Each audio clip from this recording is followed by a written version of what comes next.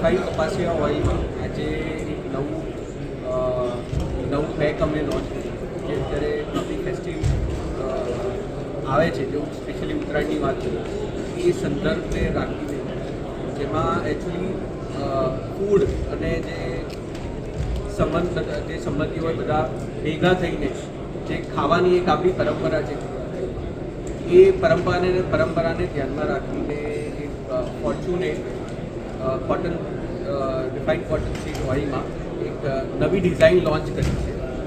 તો એની મેઇન ખાસિયત એ છે કે ડિઝાઇન તો નવી છે પણ એ સિવાય એની અંદર ચોકો ફોઇલ કરીને એક ઇન્ગ્રીડિયન્ટ છે જે ખાવાનું જે છે એ લાંબો સમય સુધી ફ્રેશ રાખે.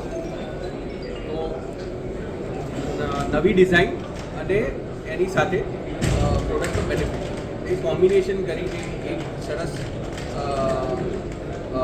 પેક અમે ડિઝાઇન નવું લોન્ચ કર્યું છે.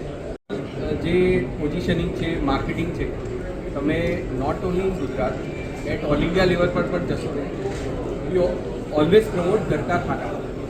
એ ઘરે જે બનાવેલું છે એ સૌથી શુદ્ધ છે અને એ તમારી હેલ્થને સારી રીતે જાળવી રાખશે.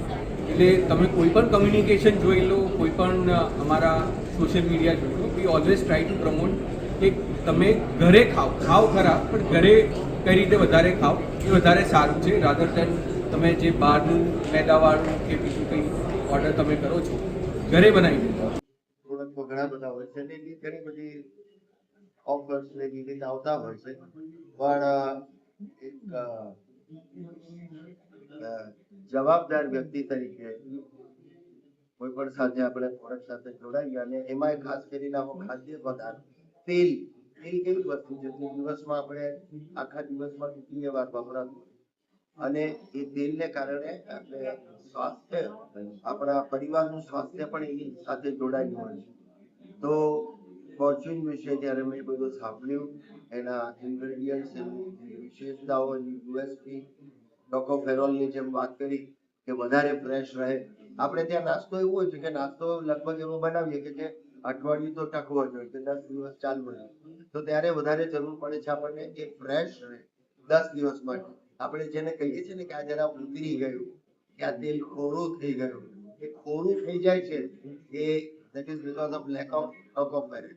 તો આ પ્રોડક્ટમાં રિફાઇન્ડ ફોર્ચ્યુન કપાસિયા તેલમાં એ ટોકોફેરોલ હોવાને કારણે નાસ્તો વધારે લાંબો સમય ફ્રેશ રહે છે.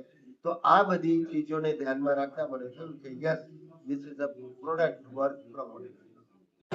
જંક ફૂડનું શું કરશો યાર? જંક ફૂડ ભાઈ મારા જમાનામાં તો એટલું બધું હતું નહીં, થોડું ઘણું બહાર ખાતા જે મળે તે, પણ દેટ વોઝ ઓલરાઇટ યાર. સ્કૂલની બહાર કંઈક આમ તેમ સમજવું કંઈ પણ તે આજે તો આપણા બાળકો ઘરના નાસ્તાને ના પાડીને they prefer pizza and whatever pastas and noodles and સ્વાદની વાત છે પણ થોડી દેખાદેખીની પણ વાત છે. પણ હું તમને કહું ધીસ કલ્ચર ઇઝ બોરોડ.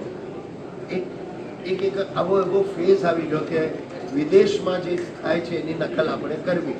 એટલે પછી કપડાં લત્તાથી માંડીને પહેરવેશથી માંડીને બોલચાલથી લઈને ફેશન ને બધી જ ચીજોમાં આપણે એને સ્વીકારતા ગયા તો એ વસ્તુ ખાવાના સુધી પહોંચી ગઈ. અને એટલે આપણા યંગસ્ટર આજે ઘરનો નાસ્તો છોડી અને આ બધા ફાસ્ટ ફૂડ તરફ વળ્યા.